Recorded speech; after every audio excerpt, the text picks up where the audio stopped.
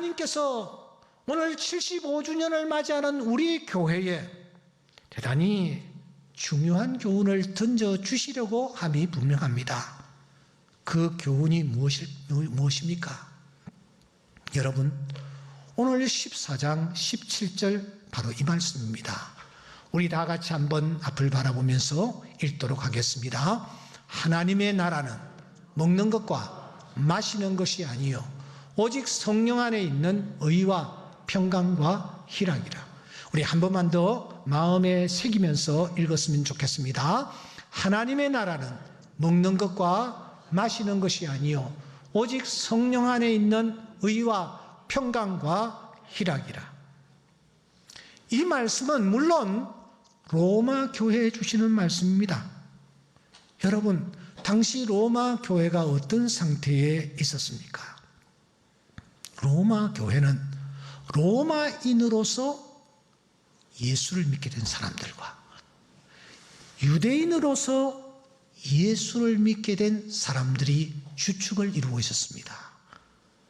아시는 대로 한쪽은 이방인이요, 한쪽은 유대인입니다. 한쪽은 정복자요, 한쪽은 비정복자들입니다. 한쪽은 본토인들이요, 한쪽은 이민자들입니다. 그야말로 물과 기름 격이었습니다. 그래서 평소에는 별일 없이 지내다가 어떤 예민한 문제가 부각되기 시작하면 그 순간 그들은 쫙 갈라졌습니다. 그리고서는 서로를 향하여 삿대질을 하며 서로를 향하여 비판하는 일들이 비일비재했던 것입니다. 그 정도가 어느 정도였습니까? 여러분 14장 1절을 한번 보시기 바랍니다. 입을 열자마자 바울 사도는 비판하지 말라. 너희들 제발 비판하지 말라. 한번 권면하고 난 뒤에 끝나지를 않습니다. 3절을 보십시오. 업신여기지 말고 비판하지 말라. 4절을 보십시오. 남의 하인을 비판하는 너는 누구냐? 여기 남의 하인은 당시 교회를 지키고 교회를 이끌어가고 있는 하나님의 종들을 가리킵니다. 하나님의 종들을 향하여서도 막 비판하는 그런 무리들이 일어났습니다. 10절을 보십시오. 내가 어찌하여 형제를 비판하느냐? 어찌하여 내 형제를 업신여기느냐?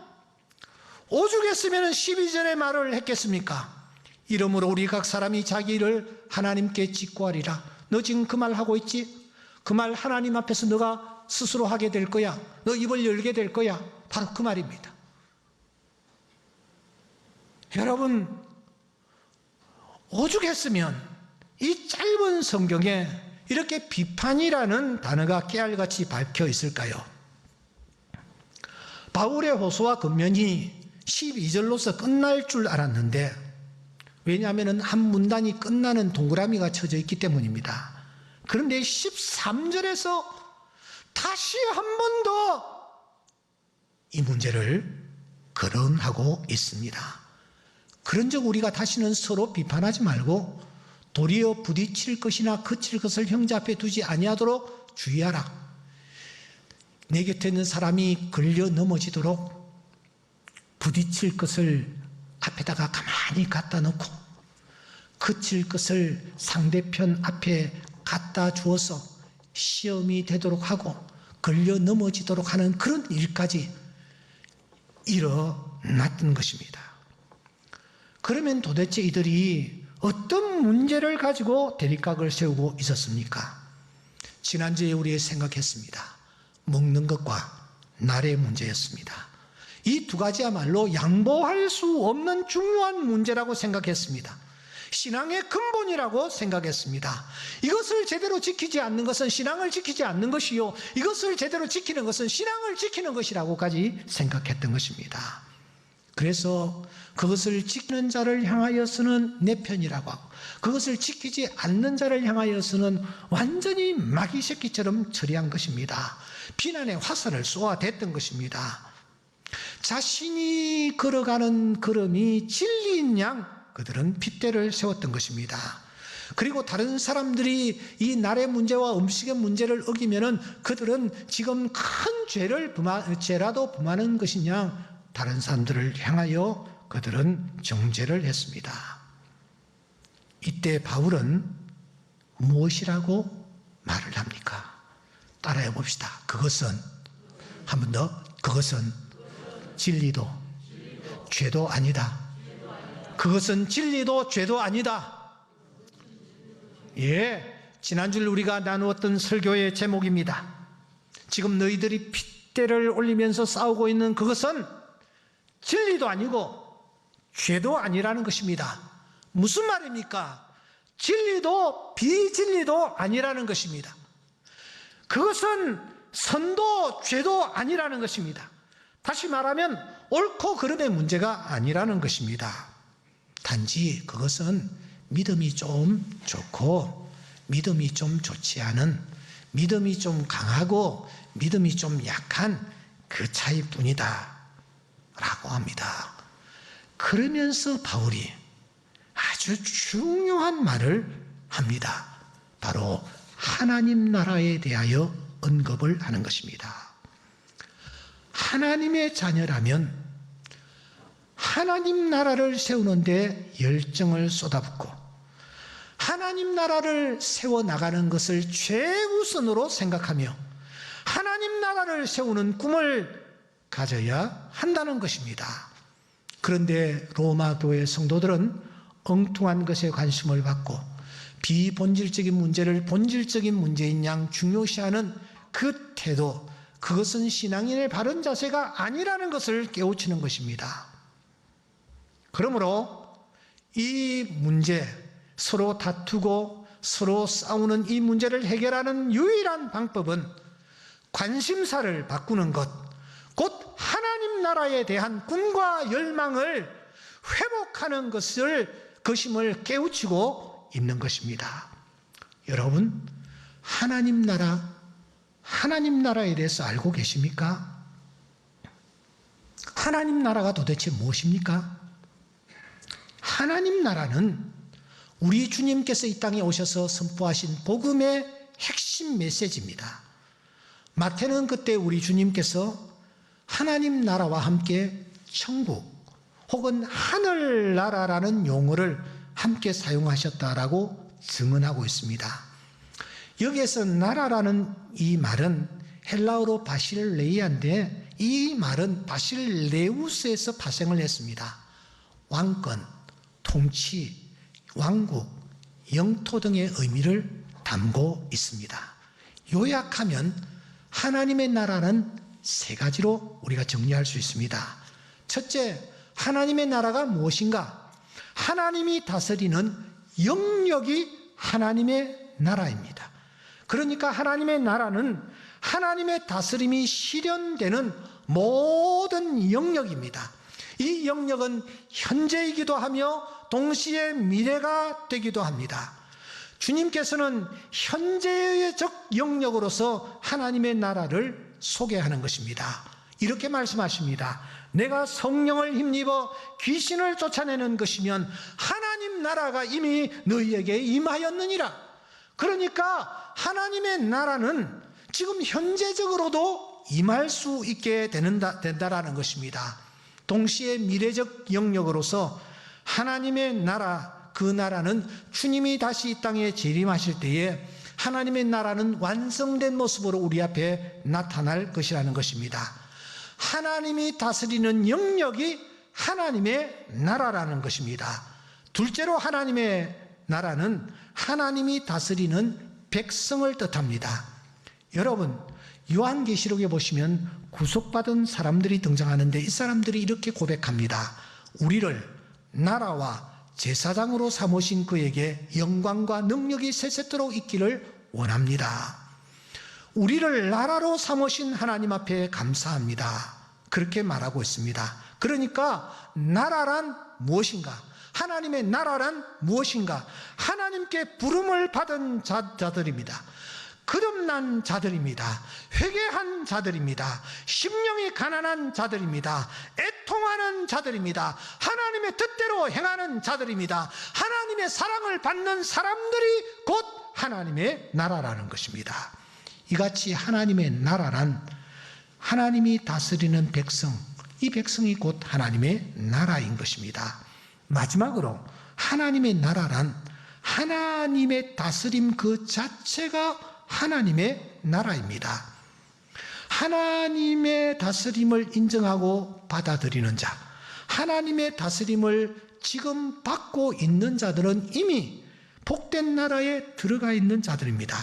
이것은 대단히 중요합니다. 여러분, 우리가 하나님의 다스림 안에 거할 때에 악한 사탄의 나라와 악의 세력을 파하는 강력한 힘을 우리는 공급받게 되어집니다.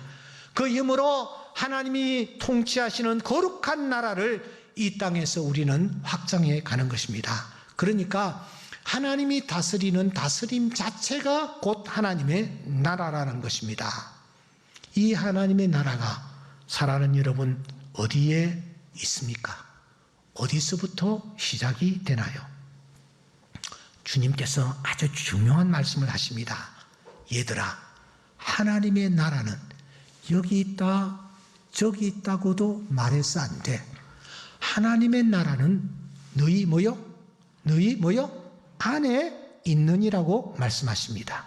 이 말씀의 뜻은 오늘 내 안에서 제일 먼저 이 하나님의 나라가 시작되고 오늘 내 마음속에 하나님의 나라가 임하기를 원하신다라는 것입니다.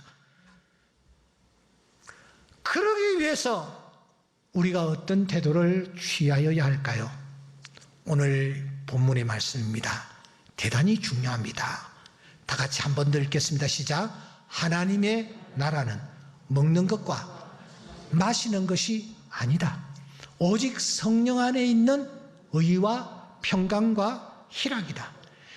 바울사도가 정말 깔끔하게 하나님의 나라를 정의하고 있습니다. 하나님의 나라가 무엇인지 아느냐? 너희들처럼 먹고 마시는 것 가지고 막 싸우고 나뉘어지고 삿대질하고 그런 것은 하나님의 나라가 아니야. 하나님의 나라가 무엇이냐? 오직 성령 안에서, 이것이 대전제입니다. 성령의 지배를 받으며 성령의 감동하심에 녹아지며 그분의 간섭을 즐거워하며 그분으로 충만함을 입을 때 비로소 그 심령 속에 성령께서 자정하시면서 하나님의 나라가 시작된다라는 것입니다. 이것을 놓쳐서는 되지 않습니다. 하나님의 나라는 언제나 성령 안에 있습니다. 성령 안에 있습니다. 성령이 주춧돌입니다. 그 하나님의 나라는 성령 안에 있는 의가 됩니다. 성령 안에 있는 평강이 됩니다. 성령 안에 있는 희락이 되는 것입니다. 그러므로 하나님을 믿는 하나님의 자녀들은 내 안에 하나님의 나라를 세우기 위하여 열정을 쏟아야 합니다. 꿈을 가져야 합니다. 어떻게 해요? 내 안에 성령으로 의를 이루기를 힘써야 합니다. 여러분, 의가 무엇입니까? 제가 이 말씀을 준비하면서 산상보훈을 보니 산상보훈의 말씀에서 예수님께서 제일 먼저 팔복을 말씀하셨어요. 팔복? 벌써 고개를 숙이네. 팔복? 여러분, 팔복 아세요? 박정현 선생, 복 있는 사람은 악인의 깨를 줍지 않냐며, 그건 아니고 심령이 뭐요?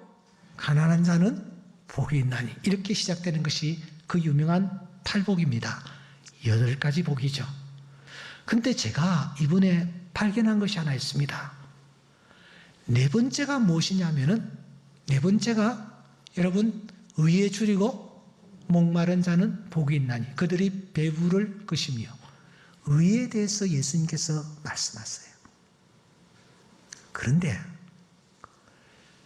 8번째 마지막 팔복, 8번째 복에 대해서 주님이 말씀하시면서 이렇게 말씀하셨습니다. 의에 줄이고 의를 위하여 박해를 받는 자는 뭐요? 복이 있나니 천국이 그들의 것입니다. 여러분, 그 유명한 성령의 9가지 열매, 그 중에 제일은 사랑이랍니다. 그런데 9가지 열매를 열거하면서 사랑에 대해서 2번 언급하지 않았습니다. 그런데 팔복을 주님이 말씀하시면서 의에 대해서는 2번 연속적으로 언급하고 있다는 겁니다. 4번째 복에 대해서, 8번째 복에 대해서 의를 언급하고 계시는 것입니다. 이것은 의라는 것이 얼마나 중요한지 우리에게 알려주는 현장이라고 할 수 있습니다. 그래서 성경을 다시 제가 살펴보니까 여기서 끝나지 않더라고요. 마태복음 5장 20절에 보니까 예수님이 다시 의에 대해서 언급을 하십니다. 여기도 산상보훈이죠. 내가 너희에게 이르노니 너희 의가 서기관들과 바리새인보다 낫지 못하면 결코 천국에 들어가지 못하리라. 여러분, 우리가 어떻게 서기관과 바리새인보다 더 나을 수가 있습니까? 저들은 일주일에 2번씩 금식하고 소득의 10의 1을 빠짐없이 드리고 안식일을 생명처럼 지키는 사람들이었습니다. 이 세상에 그 사람들처럼 여러분 의를 이루어가는 자 없습니다. 그렇다면 천국에 들어갈 사람이 한 사람도 없다라는 뜻이 되지 않습니까? 주님은 여기에서 끝나지 않냐고 6장 33절에 다시 의에 대해서 언급하십니다. 그런 의는 먼저 그의 나라와 그의 의를 구하라. 그러니까 산상보훈은 의로 시작해서 의로 마쳤다 해도 과언이 아닙니다. 의가 중요하다라는 거예요. 여러분, 바로 그 의를 오늘 언급하면서 하나님의 나라는 의와 이렇게 말씀하고 있습니다. 이 의가 도대체 무엇일까요? 도대체 무엇일까요? 옳음, 바름을 의미하는 것일까요? 저는 서재에 있는 책들을 제가 찾기 시작했습니다. 제가 수집할 수 있는 재료들을 다 모았습니다. 여기에 의가 도대체 무엇일까? 그런데 로이드 존스 목사의 의에 대한 기막힌 설명을 대하고서는 무릎을 쳤습니다. 로이드 존스 목사는 의에 대해서 이렇게 설명을 하고 있습니다. 여러분의 생활에서 가장 크고 척제가는 일은 하나님을 영화롭게 하며 이것을 너무 소원함으로 그것이 여러분에게 어떤 희생을 치르게 하더라도 개의치 않는다고 정직하게 말할 수 있는가? 이것이 가장 중요하다는 것을 아는가? 내가 하나님 앞에 심히 큰 죄를 지었지만 독생자를 보내사 갈보리에서 죽게 하신 그 하나님을 존귀하게 영화롭게 더 나아가 사랑할 때에 그가 여러분들을 자기의 지위에까지 회복시킬 수 있음을 믿느냐? 의를 설명하면서 이 존스 목사가 이렇게 말하고 있습니다. 여기에서 중요한 것은 자기의 지위입니다. 그대로 두세요. 자기의 지위. 자기의 지위는 어떤 지위입니까? 하나님의 지위입니다. 하나님의 지위, 심판에 앉는 그 영광스러운 자리, 그 지위에 회복시킬 수 있음을 믿느냐? 여러분, 의롭지 아니하면 그 지위에 오를 수가 없습니다. 어떻게 하면 의롭게 됩니까? 바리새인들과 서기관들처럼 그렇게 행동하면 의롭게 되나요? 의롭다 인칭을 받나요? 아닙니다. 로이드 존스 목사는 말합니다. 내가 추악한 죄를 지었다. 심히 큰 죄를 지었다. 하지만 하나님이 나 같은 죄인을 위하여 독생자를 보내셨다. 갈보리에서 죽게 하셨다. 피를 흘려 주셨다. 이 사실을 내가 믿고 하나님을 존귀하게 여기며 영화롭게 인정하고 사랑하며 나아갈 때에 바로 그러한 자에게 하나님께서는 의롭다 칭해 주시는 은혜를 우리에게 허락해 주신다라는 것입니다. 이런 의미에서 저는 한문을 잘 모릅니다만 오를 의자라는 한문은 의미하는 바가 심상치 않다 그렇게 생각합니다. 여러분, 의는 두 단어로 구성되어 있습니다. 위에 양양자로 시작합니다. 아래에 나아자로 마무리가 됩니다. 그러니까 양 한 마리가 내 위를 덮는 것입니다. 그 양이 누구십니까? 흠도 점도 티도 없는 어린 양 대신 예수 그리스도이십니다. 그 예수님이 십자가 위에서 피를 흘리시고 내 위에 오셔서 나를 덮어주실 때에 비로소 내가 의로운 자가 되는 줄 믿습니다. 내가 의로운 행동을 해서가 아닙니다. 내가 선한 일을 해서가 아닙니다. 오직 어린 양이신 예수님이 나를 위하여 피를 흘려주심으로 하나님께서 어린 양 보시고 나를 의롭다고 해주시는 줄 믿습니다. 사랑하는 여러분, 이것이 바로 의가 되는 것입니다. 시간 관계상 요약을 해 나가겠습니다. 이 의를 우리가 이루어 나가야 합니다. 이것이 바로 하나님 나라를 세워나가는 자에게 나타나는 첫 번째 표징입니다. 두 번째로는 우리 안에 성령으로 평강을 이루어야 합니다. 이 평강, 감옥에 갇혔던 바울과 실라가 우리에게 보여주었던 평강입니다. 감옥에 갇혀서 움직일 수도 없었지만 그들은 밤중에 하나님을 찬양하고 하나님께 기도했다라고 사도행전 16장 25절에 말하고 있습니다. 세 번째 이루어야 할 하나님의 나라는 성령으로 희락을 이루어야 합니다. 평강을 가진 자에게 나타나는 열매를 뜻합니다. 이것은 다른 사람들에게 미치는 영향력을 뜻하기도 합니다. 바울은 이어지는 15장 1절에서 이렇게 말합니다. 믿음이 강한 우리는 마땅히 믿음이 약한 자의 약점을 담당하고 자기를 기쁘게 하지 아니할 것이라. 우리 각 사람이 이웃을 기쁘게 하되 선을 이루고 덕을 세우도록 할지니라. 그러니까 이 세 가지는 서로 깊은 연관을 가지고 있습니다. 여러분, 의란 하나님과 나 사이의 최상의 의로운 관계를 뜻합니다. 평강이란 의롭게 된 내가 내 안을 나를 용서하는 것입니다. 자기가 자기와 화목하는 것입니다. 자기가 자기 안에서 평화를 이루어 나가는 것입니다. 희락은 무엇입니까? 내가 내 곁의 사람들과 의로운 관계를 이루어 나가는 것입니다. 이 세 가지는 뗄래야 뗄 수 없는 관계를 가지는 것입니다. 이런 관계를 이루어 나갈 때에 하나님의 나라가 세워지고 그 하나님의 나라가 세워졌을 때에 여러분 로마서 14장 18절에는 이런 말씀이 있습니다.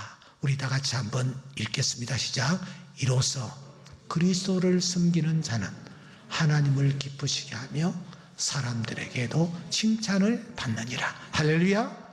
하나님의 나라를 우리가 세우면 이런 일이 일어납니다. 한 번 더 읽겠습니다. 시작.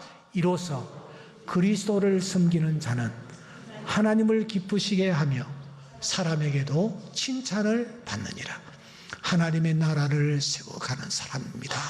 그 사람이 성령 안에서 제일 첫째 의를 이루고 둘째 평강을 이루고 셋째 희락을 이루어 갈 때에 이러한 사람은 그리스도를 섬기는 사람이다.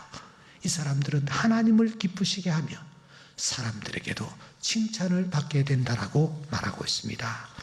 사랑하는 성도 여러분, 우리는 매번 주님이 가르쳐 주신 기도를 올리지 않습니까? 하늘에 계신 우리 아버지여, 이름이 거룩히 여김을 받으시오며, 그 다음에 뭐요? 나라가 임하시오며. 이 나라가 바로 우리가 세워야 할 하나님의 나라입니다. 이 나라를 세워나가는 우리 모두가 될 수 있기를 주의 이름으로 축원합니다.